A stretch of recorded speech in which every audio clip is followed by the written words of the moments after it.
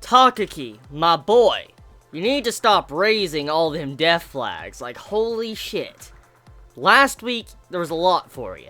This week, you're throwing them on top of me, like it's just so hard to not see them, because they're all over the place throughout this episode. And to be honest, it's kind of a miracle at this moment to how Takaki is even alive after a month of fighting in this war that's just resulted in a stalemate. Which makes me go on to the topic of our main villain of this arc, and that would be Galen. So Galen as a character, he's this old man type character that's the commander, and we were introduced to him in the last week's episode. Since then, he's been kind of leading one side of the war, and kind of resulting in the war to being a stalemate. And overall, the situation with this character, very, very interesting. I like the way he manipulates Tekadon, manipulates some of our characters, and he's trying to show a good side to himself, like he's trying to treat them with kindness, he's trying to help them out, but overall, he's just manipulating them in a way where they can do his bidding, and also for he can make the war stall even longer. And judging by what he said at the end of this episode, he wanted to stall the war, not just a couple of months, not just a couple of weeks, but years.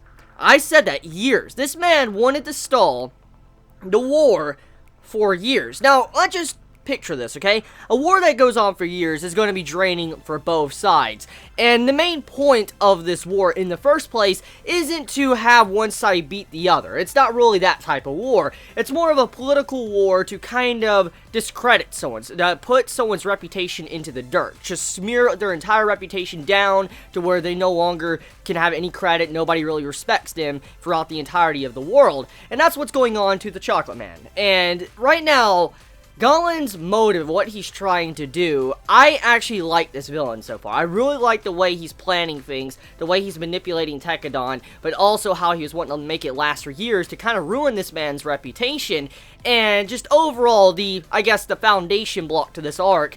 Very good. I'm very proud of Gundam for this arc, and it really makes me interested in this villain. Hopefully this villain that's been introduced, Galen, hopefully he's not, completely axed in this arc and never shown again. I'd like to see him become a reoccurring villain or character, because he seems like a character that could have a lot of growth, a lot of development throughout the series, not just as a villain, but I could see him maybe seeing what's really going on here with Tekadon. Maybe he might start to care for Tekadon. I'd like to see more of this character to see how he would develop, and hopefully he's just not put on the, chopping block once this arc is done. For instance, he's just not casted aside. I want to see more of him. Now, getting off of that, though, let's talk about the bigger issues here. For one, the big issue is that this war, as I've already said, it's not about both sides, one side winning. It's a stalemate, and to get right down into it, it's pretty much a political war. It's a war about politics and pretty much ruining someone's reputation and kind of boosting someone else's, and this is kind of what majority of Gundam has been. Season 2 of Iron-Blooded Orphans has been about. It's been more about politics and seeing, different organizations going up against each other, trying to outdo each other. For instance, as we know, Galahorn, they're separate. They're different fractures and factions of Galahorn, and they're each trying to get their own credit and reputation from, capturing said individuals. And we've seen this throughout the recent episodes, and once again, this arc is focusing around that reoccurring theme of Gundam Season 2, for instance, politics, how there's a bigger picture here. This, overall war, it's just a small drop in the big ocean, because it's really for a bigger goal in the grand scheme of things. So Tekadon right now, they're just a very small part of what is really going on, and you gotta feel bad for, Takaki, because, this man, the death flag's on top of him right now, and all of the Earth branch right now, it's very bad. Most likely, some of them are gonna die before this arc is said and done, because of what is happening and how this war continues to be dragged on and on. So let's talk about Takaki and Aston's, relationship. So these two characters, their relationship reminds me a lot of Orga and Mika's relationship. Now, most likely their foundation is not exactly similar, but just overall the way they interact with each other, it reminds me of Mika and Orga. The way, Takaki and Aston work together, that's how it reminds me of it. Like that certain scene, or these characters. So, am I the only one that's reminded that of someone like, Mika and Orga and how they're connected with the way they, fight with each other? Or am I just seeing things? Please let me know your honest thoughts in the comments below. So, if Takaki is going to live, though, in this upcoming fight, like this finale, going up against, the boss, pretty much, I see either Takaki dying, or Aston is going to sacrifice himself for Takaki. One or the other is going to happen. Now, besides that, let's talk about the situation with the unconscious people, the people that kind of started this overall war of politics. Chad, as we know now, he is unconscious. He's not dead. He's not been taken. He's not a hostage. He might still be a hostage. I mean, he's in a hospital, and anything could still happen. I mean, there could be some people that are working within the hospital that might cause him harm, so we can't really say that's off the table.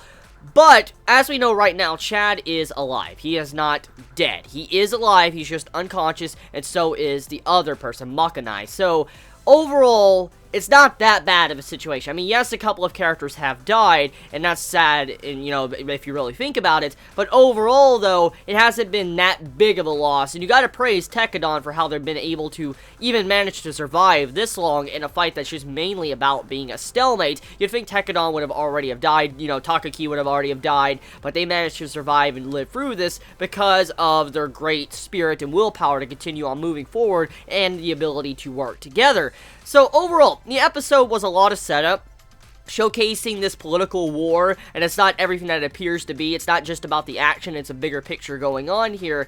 So let me know your honest thoughts in the comments below. How do you feel about this arc? How do you feel about what's going on right now with Orga and Mika as well? Because, I mean, right now they want to get over to Earth, and right now they're not even able to land. If I had to assume anything, most likely they're going to try to just bust in straight through all the defenses and get onto Earth's surface because of what is going on. Because we know information is being fed to them, incorrect information, not the entirety of it. And so, most likely, they're going to try to barge straight in, go right in, probably to stop whatever's going down there with this political war, and that's probably what's going to happen. Mika might drop out of orbit like a freaking ODST and wreck some freaking mobile suits. I can't wait to see something like that if it does happen. So, let me know your thoughts in the comments below. You all have a wonderful day or night wherever you live. I love you all so much. Please be safe. Chibi out.